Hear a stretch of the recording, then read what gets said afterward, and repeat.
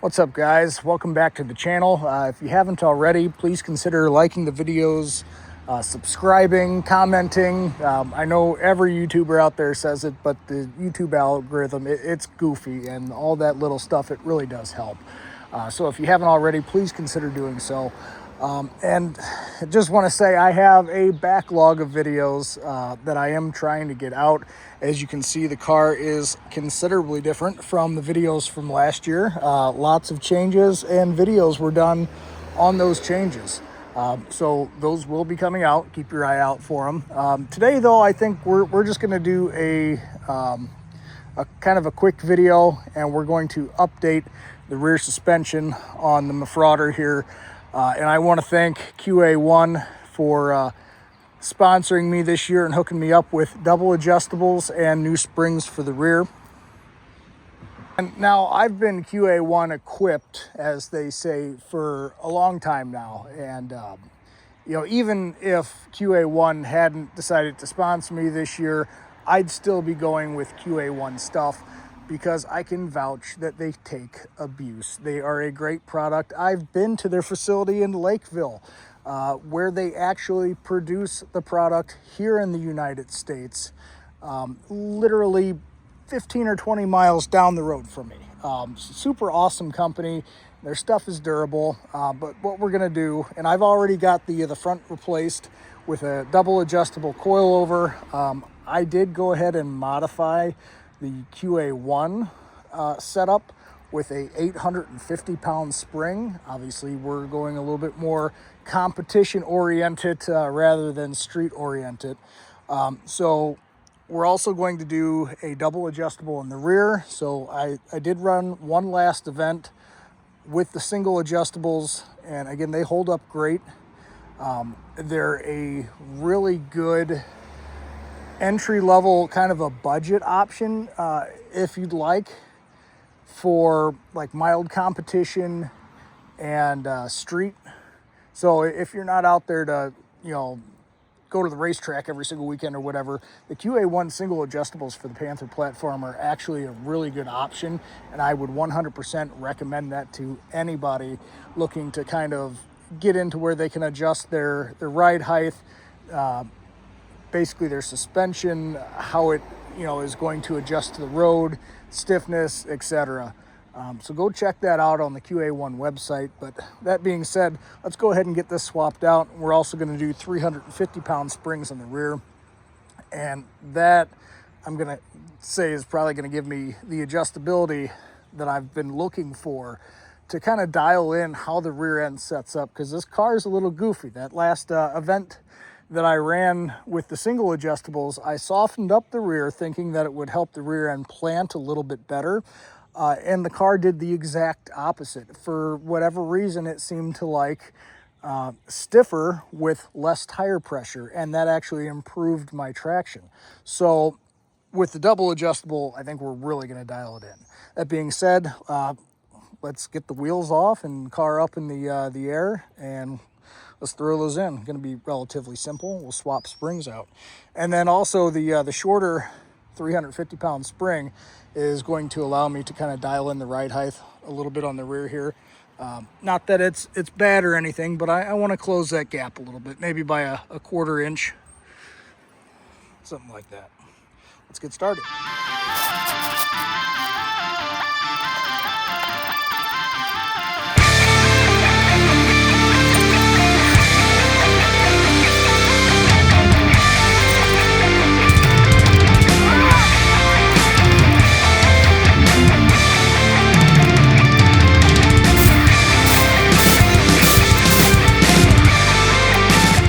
So getting this stuff swapped out on a 2003 plus Panther platform car, you know, your Crown Vics, Grand Marquis, Lincoln Town cars, Mercury Marauders, that sort of thing. It's relatively simple. It's all your factory locations. You got a 15 millimeter on this side, 18 on this side.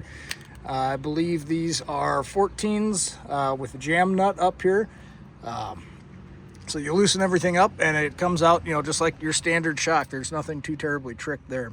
And then obviously you want to use jacks on the frame. and then that'll allow you to drop your axle all the way down, and the springs, especially stock springs, will come right out. I've already been running QA1 springs in the rear here, so those are shorter than stock, so those are going to come right out anyway. But yeah, this is all relatively simple.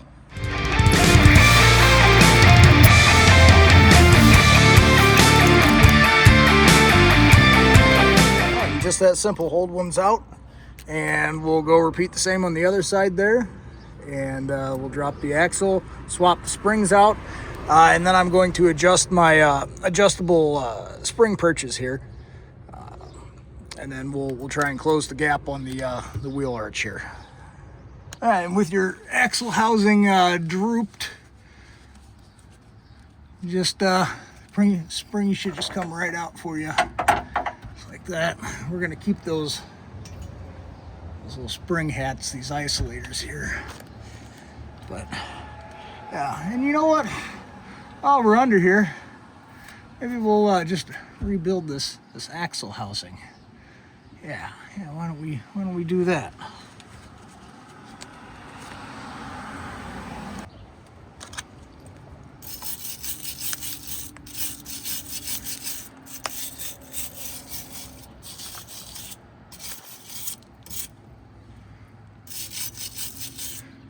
Oh, that's going to take too much time.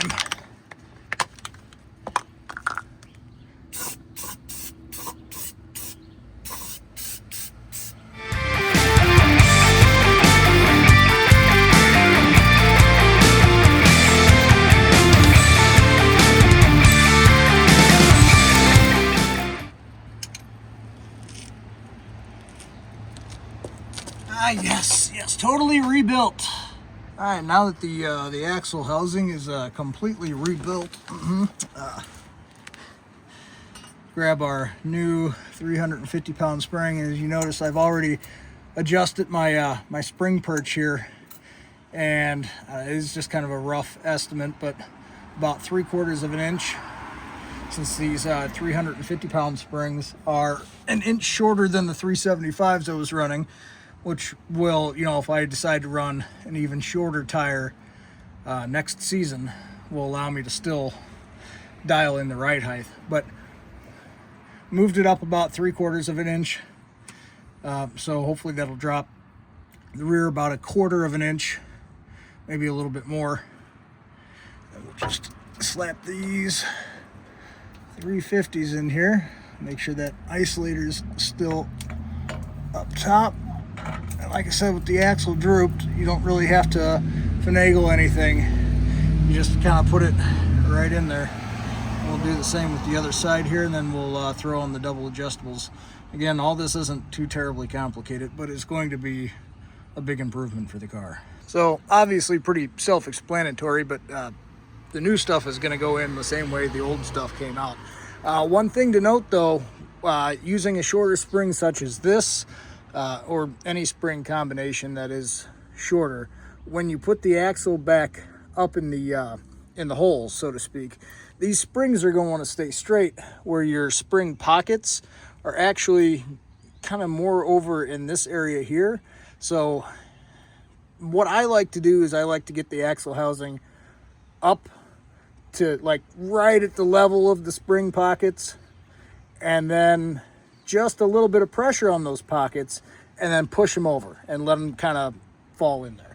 At least that's what I find works good for me, rather than putting it all the way up in the car and then having to drop it and fighting to get it in the right spot. That's what works easiest for me.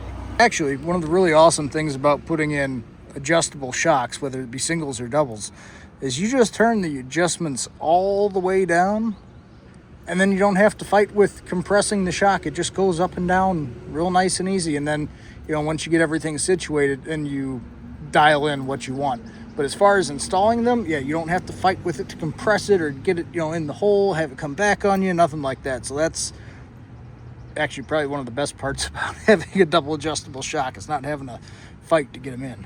All right, and once I get the rear end jacked up high enough that it just starts to lift off the jack stands, we'll throw the wheels and tires back on here to make sure that the ride height is where I actually want it.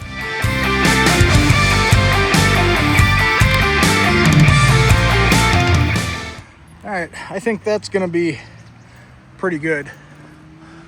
I might play with it a little bit, but I also don't want it too terribly low so it doesn't rub.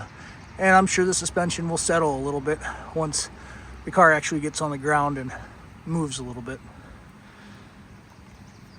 All right, so we got it in there. Relatively quick and easy process, honestly. Closed up that wheel gap just a little bit, but not too much. And I went ahead and I preset some settings on here. What I think I've learned about this car, at least from the last autocross event, is that it seems to like when the rear end doesn't weight transfer so quickly. So I went ahead and set 15 clicks on the compression and 11 clicks on the rebound. So it's going to resist transferring the weight as quickly coming back from side to side out of turns. At least that's my thought. Anyway, I'm gonna take it for a spin around the block, let the suspension settle. But I think that's gonna do it. And then so much of getting your suspension dialed in with any type of motorsport, honestly, is just getting out there and doing it. You know, as the motto of QA1 is, you know, go drive it. Go drive it, you know. So it's gonna take some work to get everything figured out and dialed in. But getting them in the car is a big step. So with that being said, I'm gonna go take it for a spin, see how it feels. But honestly, guys, go check out QA1. Whether you're looking to do competition stuff with your Panther platform car, or if you want just a good budget option, those single adjustables, they're really reasonably priced. They are not gonna break the bank. Go check them out. It's a fantastic upgrade for the car. And no matter what your platform is, QA1's probably got some suspension components for you. Go check them out.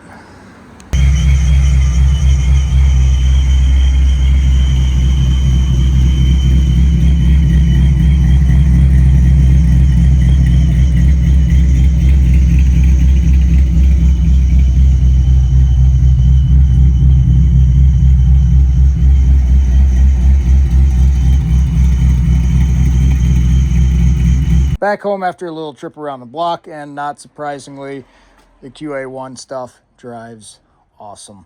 Again, I'm gonna have to tinker with the settings on the rear at the next autocross event to try and figure out what this car likes. Like I said, I think I have a good preliminary setting on it based on, you know, how the car was behaving at the last event and how it responded to changes on a single adjustable, which singles versus doubles, just as a quick explanation, singles will adjust your compression and rebound all in one.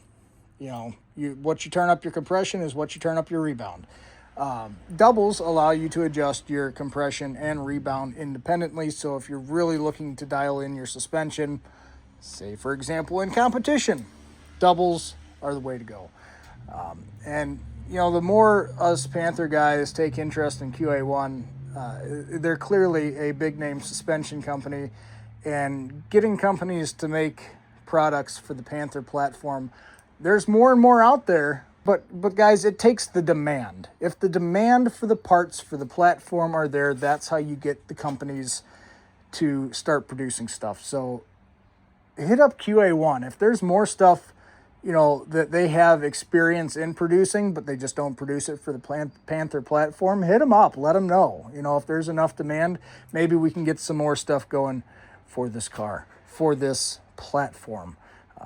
You know, these things can be fast. They're just not fast out of the box. All right, guys. Well, hopefully you enjoyed the video. Again, if you haven't already, go check out QA1 stuff. It really is good quality stuff. And I'm not saying that because they sponsored me. It's awesome that they sponsored me, and I can't be thankful enough for them, you know, believing in me enough to hook me up with some new parts to complete the new setup. So that's awesome. Shout out to QA1. But again, I've been running their stuff for years, and even if they hadn't sponsored me, I'd still be running their stuff, because I know it can take the abuse. I know it's made here in America, and I know it's quality stuff. Go check them out, QA1.net. And, you know, thanks for watching. Again, you know, if you haven't already, please consider liking, subscribing, sharing the videos, commenting. All of it really does help. But most importantly, guys, have an awesome day.